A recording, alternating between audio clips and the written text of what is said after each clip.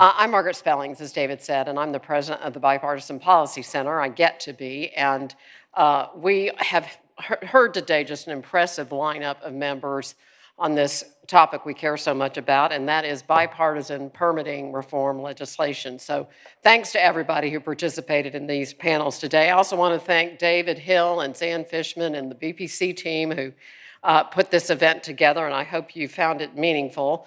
We're here because we know that permitting reform is essential to an affordable, reliable energy supply. Never more important than now. And at BPC, we specialize in bringing diverse perspectives together to craft solutions that can get across the line. And our colleagues at BPC Action, our C4 sister organization, Michelle Stockwell, really are so credible on the Hill, and we're a small but mighty engine of do-gooding, especially around these issues that we're very bullish on this year. It's now my pleasure to introduce our final panel of the day, featuring two well-known, very effective, esteemed senators. First, both members of the Senate Energy Committee, Senators Dave McCormick and Senator John Hickenlooper. First, my friend, Senator Dave McCormick from Pennsylvania. He serves on the Energy and Natural Resources Committee and is the chairman of the Subcommittee on Energy. A West Point graduate and former Army captain in the 82nd Airborne. He served in the Gulf War before transitioning into business and public service. He's led technology and financial firms and served at senior levels at U.S. Treasury Department and in the national security arenas. He recently hosted Pennsylvania's first Energy and Innovation Summit, I bet some of you all were there, which focused on America's next era of energy dominance, focused on technological leadership, and included the need for permitting reform, our topic today. Also so privileged to have Senator John Hickenlooper from Colorado with us, who also serves on the Senate Energy and Natural Resources Committee, and previously served as the governor of Colorado, the mayor of Denver, and most importantly, opened the first brew pub in Colorado. Senator Hickenlooper is a strong voice on permitting reform through his legislation like the Big Wires Act and the Speed of Reliability Act, which laid the groundwork for the transmission sections of the Bipartisan Energy Permitting Reform Act last Congress. Thank you, senators, for your leadership. You show that bipartisanship is possible and essential. And now I'd like to introduce Rich Powell, the CEO of the Clean Energy Buyers Association. CEBA is a business association with more than 375 members, including the world's largest energy buyers and their partners across all sectors, dedicated to advancing low-cost, reliable, emissions-free global electricity systems. Their members represent more than $38 billion in market capitalization, and they are a sponsor, a proud sponsor of today's summit. We appreciate Rich and our partners and friends at CEBA. And with that, Rich, the floor is yours.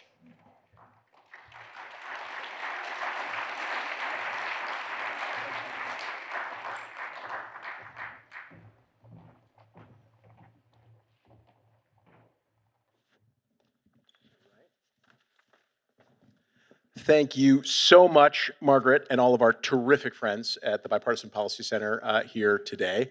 It is wonderful to see so many great friends and colleagues and board members in the audience as well. So that sort of ups the ante for me. Again, my name is Rich Powell. I have the privilege of leading the Clean Energy Buyers Association. As Margaret said, we represent the very largest corporate energy purchasers in the country, and everyone is united with the common goal of low-cost, reliable, carbon emissions-free electricity systems globally. Here in the United States, we spend a tremendous amount of time thinking about our grid and keeping that grid affordable and reliable, especially as we go through this period of incredible economic growth and opportunity across our membership. We obviously have a few members that are driving just an absolutely enormous amount of growth by putting in new high-tech infrastructure around the country, but we also represent advanced manufacturers of all kinds, large retailers, large petrochemical facilities. If you buy a lot of electricity, you're probably on the board of CEBA. And so I am delighted to be here in conversation about the prospects for federal permitting reform with two of the great leaders on this topic in the United States Senate. At CEBA, we think a couple things very quickly about this. We think that a deal is there that could cover both improvements to our permitting systems, faster adjudication, and importantly, more transmission, an enormous amount of additional transmission in the system. And we think that time is of the essence for this deal. If we think back to the last time we passed real deal energy policy in this country, the Energy Act, real deal bipartisan energy policy in this country, the Energy Act of 2020, that was on the floor of the United States Senate in March of the second year of that Congress, and it had already seen House passage in the previous year. So I think that we have a matter of weeks, not months, to get really serious about this if we're going to advance it. So now that I've led the witnesses here, we'll see what we think about the prospects for this. I'm told we have relatively limited time, so I'm going to skip the glowing introductions on this. I think, as Margaret said, both of you, or everyone here knows that these two amazing leaders have been really driving this conversation. Senator Hickenlooper, obviously, with your amazing work on both transmission and on the co-location issue, and Senator from the greatest state, with no disrespect to Colorado, as a fellow Pennsylvanian, I have to say, the great state of Pennsylvania has been such a leader on driving this opportunity of massive economic expansion and opportunity. For example, with your incredibly successful summit, bringing together the energy producers and the data center operators and the AI infrastructure in Pennsylvania. So why don't we start with transmission? Why don't we start with transmission? And maybe, Senator Hickenlooper, I'll start with you. Too often, I think, this topic has become one that is linked up in just one part of the conversation about additional energy. And so it's become very much a conversation about how do we onboard just some sources of carbon-free electricity. So how do we onboard just more wind and solar into our system? And it's been very tied to that. And I wonder what you think about transmission and where the benefits of transmission can flow generally. So thank you, Rich, and thanks for doing this. And the bipartisan policy group is, the gold mark, the gold standard in trying to figure out how to get things done here. And Senator McCormick is a model, has a even more varied history in life than I do, and therefore is also a great collaborator in getting things done. I want to depoliticize a lot of this energy discussion, right? There's not Democratic energy or Republican energy. There's electrons are not affiliated, to my knowledge. We need a lot more energy. There can be no arguing that fact, and we need to do a lot of things at once. And as you point out, we can't kind of just, kind of have a timeline that does one step at a time, and we kind of look at, and maybe we'll get a rough draft done by November and kind of hope we can massage it through. That's not going to work. And if you look at the increasing demand, this is an order of magnitude more demand than what we're used to, and it's coming like a 18-wheeler down the highway right at us, and we've got to move. We need transmission. Without question, we have to dramatically expand our transmission, but we also have to make sure that, I'm a quick one to say that when this country makes a commitment, signs a contract with an energy producer of any kind, whether it's, oil and gas or whether it's wind or whether it's solar, we should honor those contracts so that we know what's coming. And every business relies on that level of trust, and we've got to make sure we do that. But again, even as we're making sure we get all those contracts fulfilled, we got a lot of work to do. Senator McCormick, thoughts on transmission, and also any thoughts on the point around permitting certainty, energy certainty for energy projects? Yeah. Well, first, great to be with you. Thanks, Rich. And Senator Hickenlooper and I are not only good colleagues but good friends. So, and this kind of conversation, I think, is the spirit of what needs to happen in general here. But if you'll just permit me, I want to step back for a minute and talk about the moment we're in, because the moment we're in has a lot to do with whether we're going to get permitting reform. And the moment we're in, to be bold, I think, is to say it's the most consequential moment in probably the history of our country. It's like the Industrial Revolution, but on steroids. If you want to be extreme, you might say it's perhaps the most consequential moment in the history of humankind. And by that I mean what's happening with AI, what's happening with the technology and the speed with which you're seeing that changes is having huge consequences for the way our society works, the way productivity works, the way national security and the risk of national security. It's the most fundamental change in our lifetimes for sure.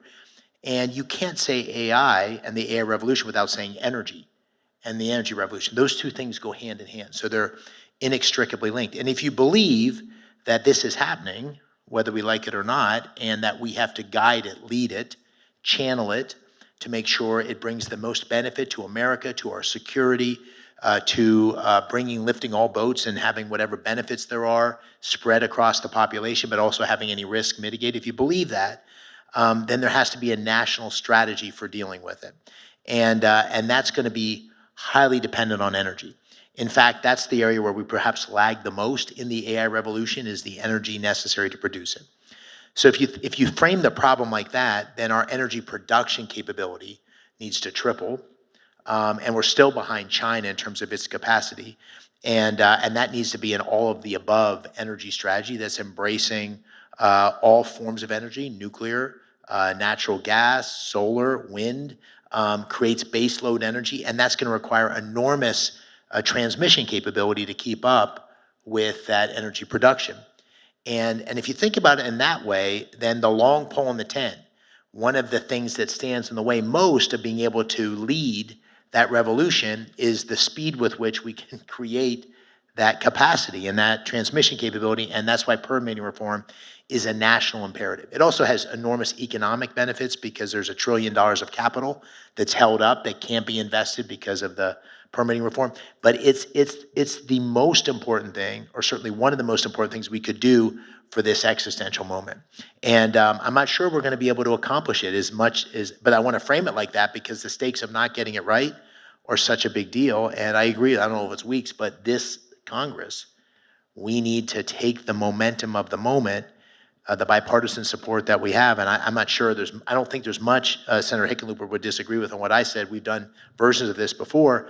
And so finding the path is going to require a level of urgency that I'm not sure we have, but it's important.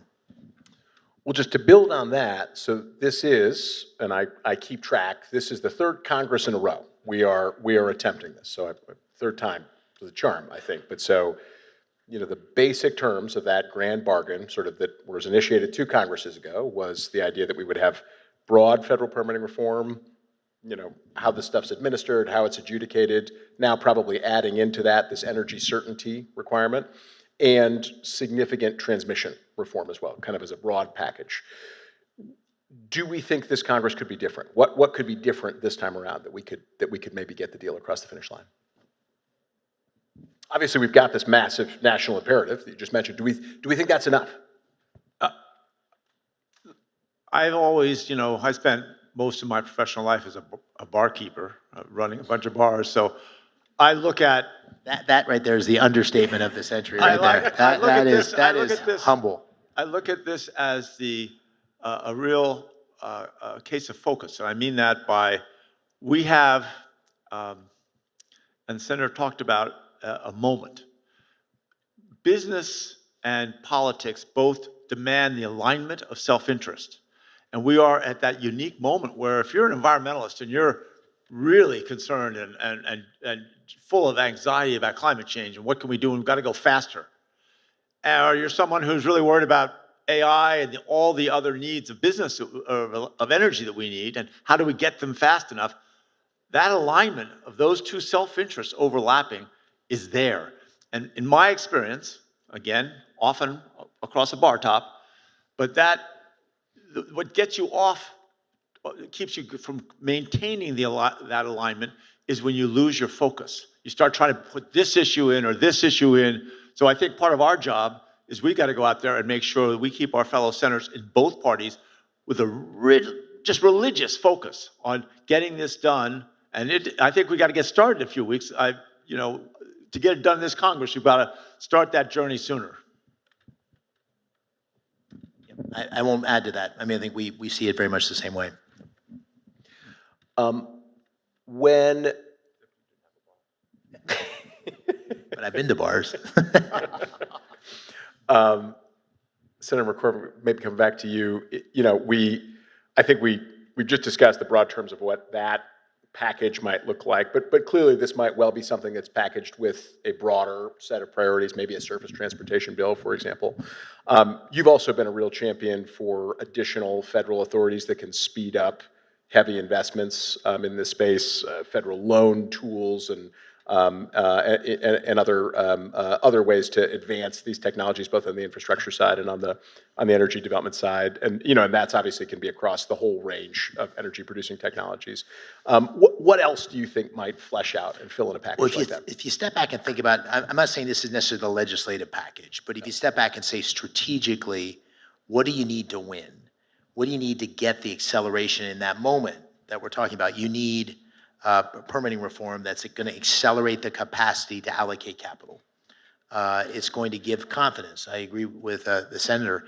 If you're an investor, I was an investor for years, certainty is everything. So if you think that if there's a new president when the next president comes in, that if we have executive orders that haven't been built into law, and that if you're a natural gas investor, that you're at risk, or if you're a wind investor, you're at risk, that's just not tolerable.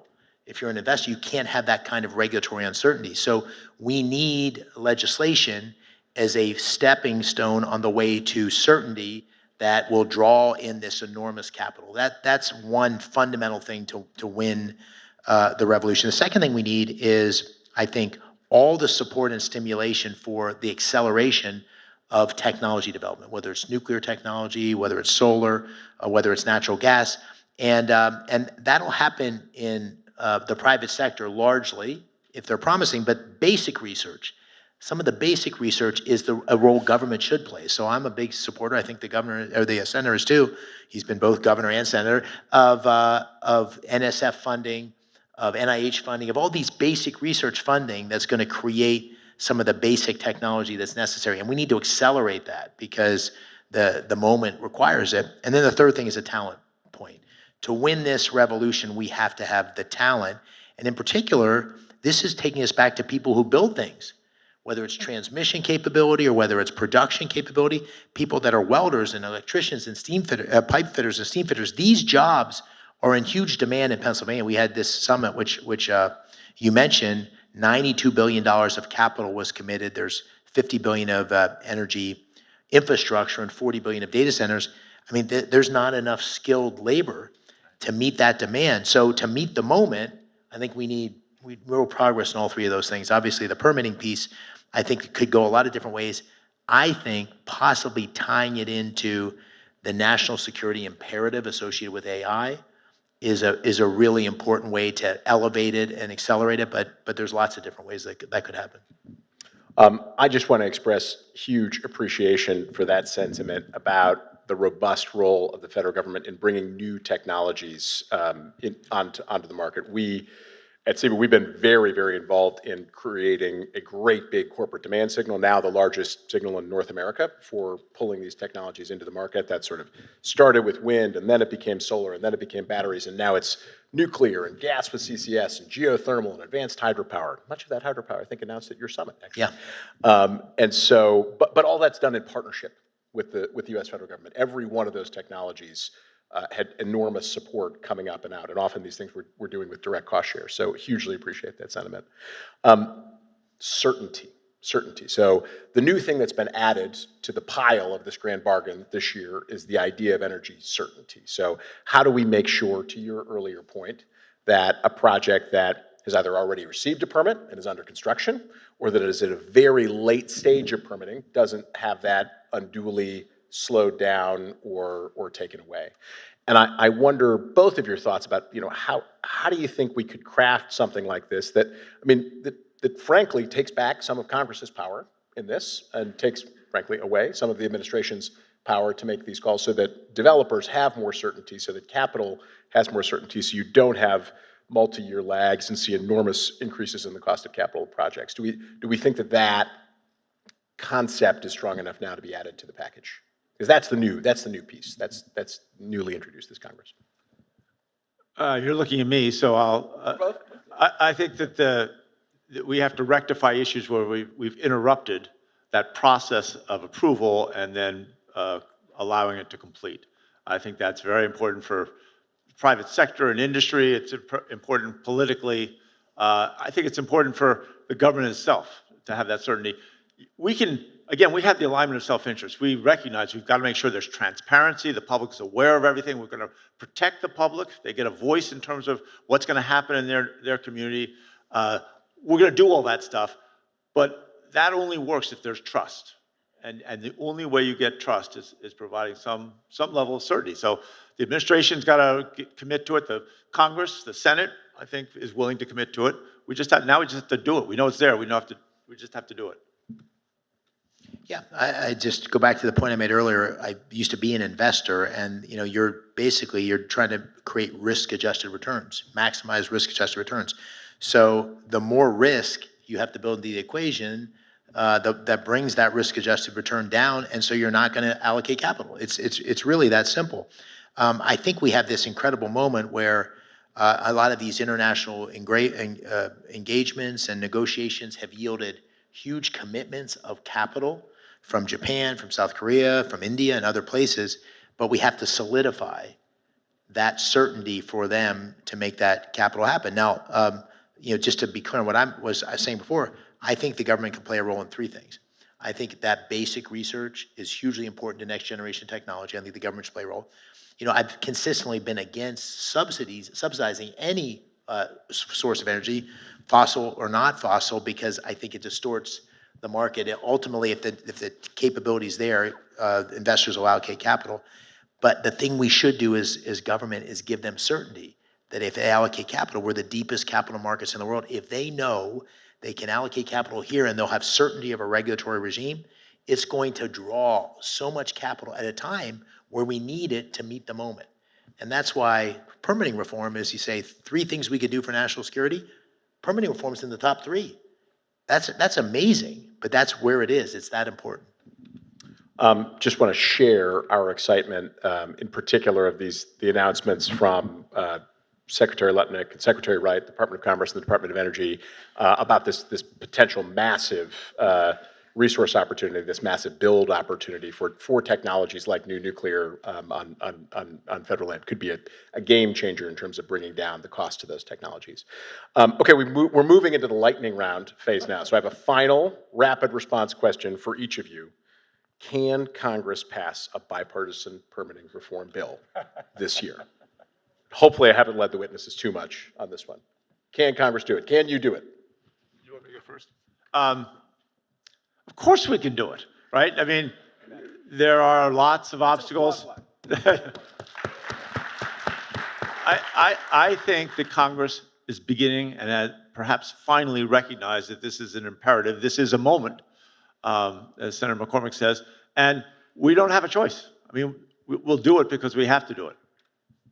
Yeah, and I think the fact that permitting reform was voted out of the House is a huge, important data point. I think the fact that in the last Congress, I wasn't here, but we were very close to permitting reform. I think the politics of this have changed, where people on both sides are saying this is important, and even some of the resistance on both sides to the other's point of view have been softened.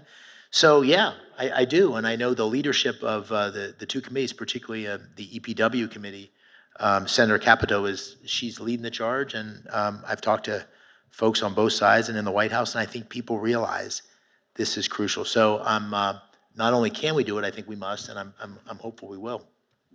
Amen. Can you all join me in a round of applause and appreciation for these two outstanding leaders? Thank you so much.